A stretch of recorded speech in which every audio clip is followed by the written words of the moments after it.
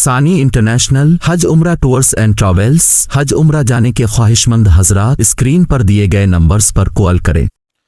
الحمدللہ رب العالمین والصلاة والسلام علی رسولہ الکریم، اما بعد۔ محترم صدر اجلاس، معزز علماء اکرام، السلام علیکم ورحمۃ اللہ وبرکاتہ۔ آج کے اجلاس میں میرا موضوع ہے قمار کی مروجہ صورتیں اور ان کا شرعی حکم اور متبادل۔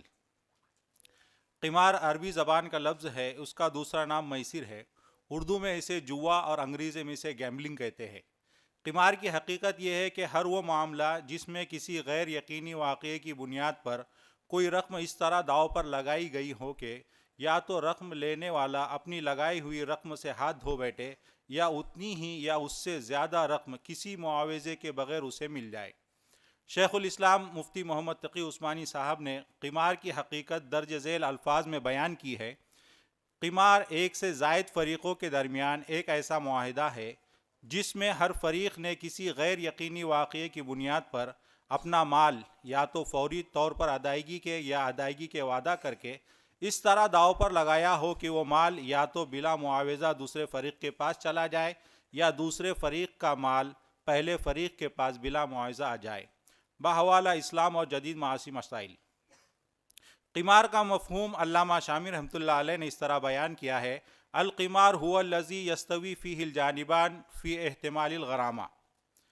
رد المختار، قمار وہ معاملہ ہے جس میں دونوں فریقین کو نقصان پہنچنے کا احتمال برابر ہو۔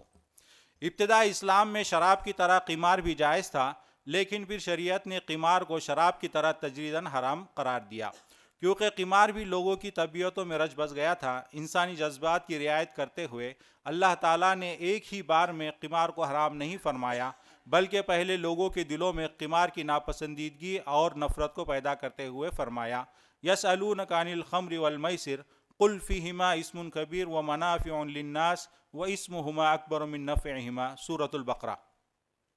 پھر اس کے بعد پوری وضاحت کے ساتھ قمار اور شراب کی حرمت پر درج ذیل آیت نازل ہوئی: یا ایھا الذین آمنوا انما الخمر والمیسر والانصاب والازلام رجز من عمل الشیطان فاجتنبوہ لعلکم تفلحون، سورۃ المائدہ۔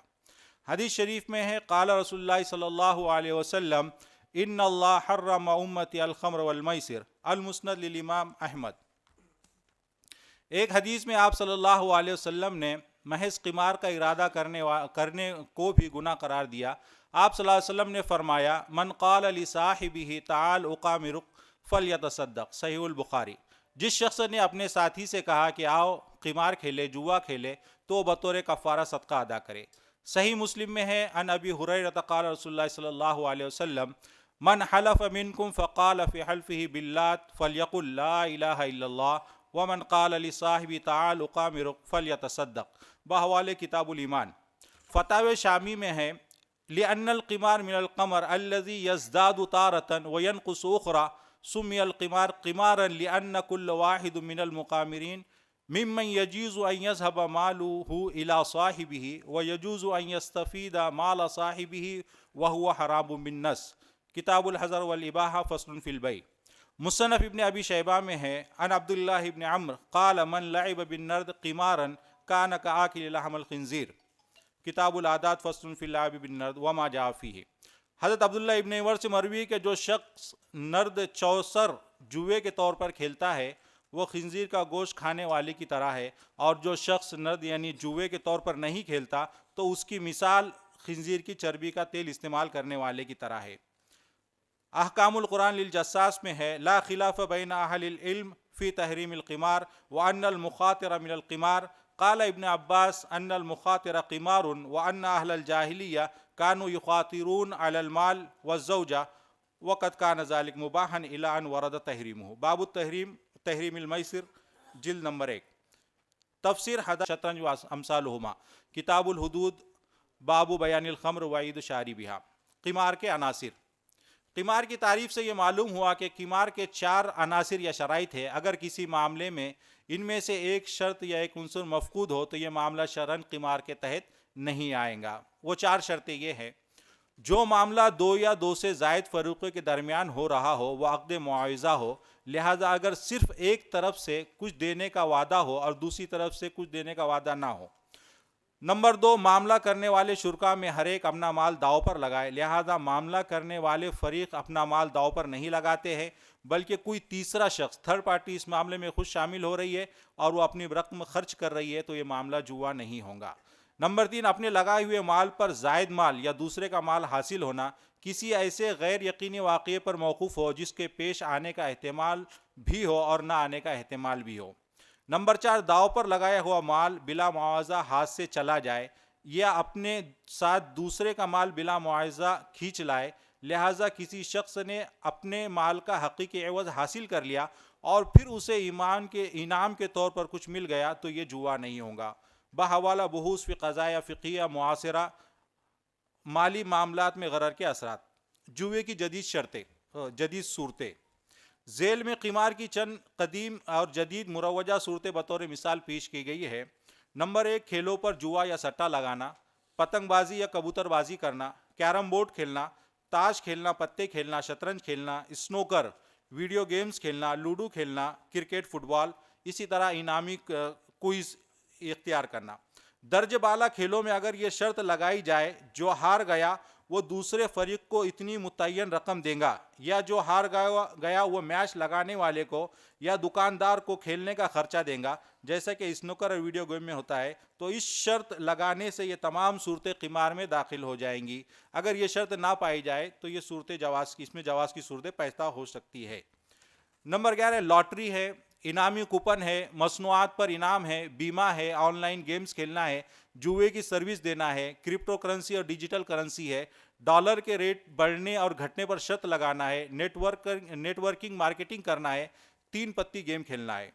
لاٹری آج کل کی بہت سی شکلیں آج کل وجود میں آ چکی ہے، جیسے کہ اسکریچ کارڈ اور اسٹیٹ کارڈ۔ ان سب میں مشترکہ بات یہ ہے کہ اس میں مختلف لوگوں کو قرعے کی بنیاد پر انعام حاصل کرنے کا موقع دیا جاتا ہے۔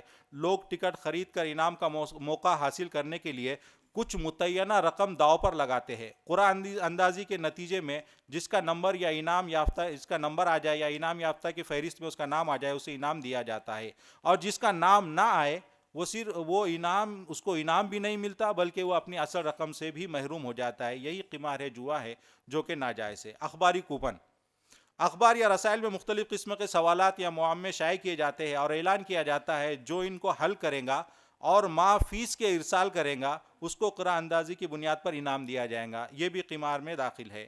مصنوعات پروڈکٹ پر انعام، مختلف کمپنیاں اپنی مصنوعات پروڈکٹ پر زیادہ سے زیادہ بیچنے کے لیے کبھی یہ اعلان کرتی ہے جو شخص ہماری کمپنی سے کوئی چیز خریدیں گا، مثلا موبائل خریدیں گا، تو اس کے پیکٹ کے ساتھ ایک مخصوص نمبر آئے گا اور اس مخصوص نمبر کو وہ اپنے پاس رکھے، پھر قرعہ اندازی کے نتیجے میں اگر وہ نمبر انعام کا مستحق قرار دیا جاتا ہے تو اس کے درمیان انعام تقسیم کیا جائے گا۔ اس طرح کے انعامات 3 شرطوں کے ساتھ جائز ہے۔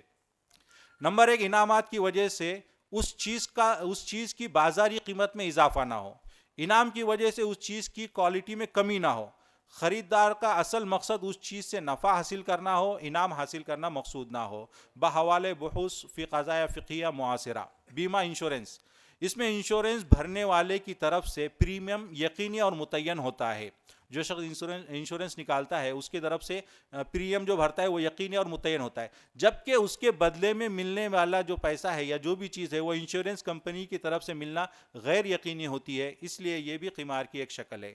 آن لائن گیمز، جنگلی رمی کھیلنا وغیرہ، آن لائن گیمز مثلا جنگلی رمی میں مشغول ہو کر شرعی فرائض اور واجبات میں کوتاہی اور غفلت برتی جاتی ہے، اس لیے شرعاً ان کا کھیلنا اور ان کے ذریعے پیسہ کمانا شرعاً ناجائز ہے۔ اس میں قمار کی بھی مختلف شرطیں پائی جاتی ہے۔ اسی طرح گیمز میں ٹاسک پورے کرنا یا ان کو فالو کر کے پیسے کمانا یا ویڈیو کے ذریعے پیسے کمانا، مختلف شرطوں کے ذریعے ایپ کو ترویج دینا، پروڈکٹ یا پیج کی تشہیر کرنا تاکہ خریدار ناظرین کے اعداد و شمار بڑھائے جائے اور دیگر لوگوں کو ان کے جانب راغب کیا جائے، حالانکہ اس طرح کرنے والوں کا حقیقی مقصد خریداری نہیں ہوتا ہے، بلکہ کمپنی اور ایپ کو پیسے دے کر جعلی تشہیر یا ان کے فالوورز بڑھانا مقصود ہوتا ہے، جو کہ ایک قسم کا دھوکہ ہے۔ اگر ان ٹاسک میں جاندار تصاویر یا خواتین کی تصاویر آتی ہے تو یہ اور زیادہ مزید قبیح ہے، لہٰذا اس طرح کی ویب سائٹ پر جانا اور رجسٹر کرنا یا ان سے پیسہ کمانا بھی درست نہیں ہے۔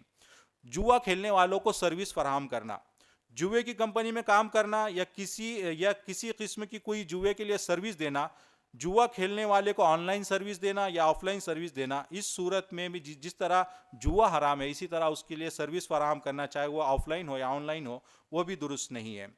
یہ قرآن کریم کی آیت وَلَا تَعَاوَنُوا عَلَى الْإِثْمِ وَالْعُدْوَانِ کے تحت آتا ہے، سورۃ المائدہ۔ کرپٹو کرنسی اور digital currency, crypto currency bitcoin ہو، یہ ایک محض ایک فرضی کرنسی ہے، اس میں حقیقی کرنسی کے بنیادی اوصاف اور شرائط بالکل موجود نہیں ہے، اور موجودہ زمانے میں بٹ کوائن یا ڈیجیٹل کرنسی کی خرید و فروخت کے نام سے انٹرنیٹ اور الیکٹرانک میڈیا میں جو کاروبار چل رہا ہے وہ حلال اور جائز نہیں ہے، وہ محض ایک دھوکہ ہے۔ اس میں حقیقت میں کوئی مادی چیز نہیں ہوتی جس پر قبضہ کیا جاتا ہے، بلکہ صرف اکاؤنٹ میں کچھ عدد ہوتے ہیں۔ یہ فاریکس ٹریڈنگ کی طرح سود اور جوئے کی ایک شکل ہے، اس لیے بٹ کوائن یا کسی قسم کی ڈیجیٹل کرنسی کا کاروبار پہ پیسے لگانا اور خرید و فروخت کرنا بھی جوئے میں اور سود میں شامل ہے، مگر بہت سی شرائط کے ساتھ۔ کچھ علماء اکرام نے اس کی چند صورتوں کو جائز قرار دیا ہے۔ پرائز بانڈ کی خرید و فروخت اور اس سے ملنے والا انعام ناجائز اور حرام ہے، اس میں سود اور جوا پایا جاتا ہے۔ اس کے بہت سارے حوالے جو ہے فتاوی عالمگیری سے دیے گئے ہیں۔ ڈالر کا ریٹ بڑھنے یا گھٹنے پر شرط لگانا، مارکیٹ میں جو ڈالر کا ریٹ آج بڑھے گا یا گھٹے گا، اس پر لوگ کیا کرتے ہیں، شرط لگاتے ہیں۔ آن لائن کاروبار میں ڈالر کے مارکیٹ ریٹ آج گھٹے گا یا بڑھے گا، اس پہ شرط لگا کر پیسے کمانا، یہ بھی جوئے کی ایک شکل ہے اور اس طرح کا کاروبار بالکل ناجائز ہے۔ نیٹ ورکنگ مارکیٹنگ کرنا، کمیشن در کمیشن پر پیسہ کمانا۔ اگر نیٹ ورکنگ مارکیٹنگ کوئی شخص کر رہا ہے اور مصنوعات بیچنا اس کا اصل مقصد نہیں ہو، بلکہ ممبر سازی کے ذریعے کمیشن کے بجائے کمیشن کے ساتھ کمیشن، کمیشن کے بعد کمیشن، اس طرح اگر اس کی نیت ہو اور یا اس طرح اس کا کاروبار ہو تو یہ جوئے کی ایک نئی شکل ہے۔ اس کی تفصیل یہ ہے کہ جوئے میں پیسہ لگا کر یہ امکان ہوتا ہے کہ اس سے کچھ نہ ملے، اور یہ بھی امکان ہوتا ہے کہ بہت سارے پیسے مل جائے۔ اس طرح کمپنی سے منسلک ہونے کے بعد کام کرنے میں یہ امکان ہوتا ہے کہ نیٹ ورکنگ کمپنی سے کچھ نہ ملے، یعنی اس شخص کو مطلوبہ پوائنٹ تک نہ پہنچنے کی وجہ سے کچھ نہ ملے، اور امکان یہ بھی ہوتا ہے کہ مطلوبہ پوائنٹ مل جانے کی وجہ سے اس کو اور اس کی پوری ٹیم کو بہت سارے پیسے ملے۔ اس میں ممبر کی اجرت چین بنانے کی صورت میں دوسرے ماتحت ممبر کی محنت پر مشروط ہوتی ہے، جو کہ شرعاً درست نہیں ہے۔ اس کے حوالہ جات جو ہے بنایا شرح الہدایہ سے دیے گئے، اسی طرح فتاوی عالمگیری سے دیے گئے۔ کتاب البیوع، خریداری میں بڑھانے کے لیے قرعہ اندازی یا انعامی اسکیم، مختلف اسٹور میں مختلف مواقع پر خریداری پر انعام کی اسکیم دی جاتی ہے، جس میں پہلے سے پتہ ہوتا ہے یا اس اسکیم کا کسی چیز کے خریدتے وقت پتہ چلتا ہے، اس جگہ جانے پر پتہ، یعنی جب ہم خریدتے ہیں جب اس وقت کا پتہ چلتا ہے۔ انعامات میں مثال طور پر سائیکل ہے، فریج ہے یا موٹر کار ہے یا سائیکل ہے، جو بھی ہے، ان انعامی اسکیم میں اگر خریدار سے ان مصنوعات کی وہی بازاری قیمت لی جاتی ہے جو انعامی اسکیم کے بغیر ہے اور مال گھٹیا بھی نہیں دیا جاتا، تو اس صورت میں انعام والی چیز کو لینا جائز ہوگا، ورنہ وہ ناجائز ہوگا۔ اس کے حوالے جو فتح القدیر سے دیے گئے ہیں، اور کتاب القسمہ فصل فی کیفیت القسمہ۔ کرکٹ پر جوا لگانا، کرکٹ میچ میں اگر شرط دو طرفہ ہو تو ایسی شرط لگانا جائز نہیں ہے، یہ شرعاً جوا کہلاتا ہے۔ لہٰذا اگر کھیل میں دونوں ٹیموں کے بعض کھلاڑیوں کی طرف سے جوا لگایا جائے تو اس صورت میں اس میچ میں شریک ہونا بھی درست نہیں ہوگا۔ اگرچہ کہ جوا کے پیسے وہ نہ لے تب بھی یہ حرام ہوں گی، اور اسی طرح اس میں وقت کا ضیاع ہے، وہ بھی ہے، اس وجہ سے بھی یہ درست نہیں ہے۔ تین پتی کھیلنا، تین پتی گیم تاش کی طرح ایک گیم ہے جو انٹرنیٹ پر آن لائن کھیلا جاتا ہے۔ اس کے ذریعے بھی اس کو بھی جوا ہی شمار کیا جائے گا، کیونکہ اس سے پیسے کمانا درست نہیں ہوں گے۔ اختتامی کلمات، اسلام کی روشن تعلیمات جس معاشرے میں عام ہو گئی ہو، وہ معاشرہ یقیناً امن و سکون کا گہوارہ ہوگا، اور جس معاشرے میں سود، جوا اور سٹہ بازاری کا چلن عام ہو جائے تو وہاں لوگوں میں آپس میں نفرت، عداوت اور دین سے بیزاری پیدا ہو جائیں گی۔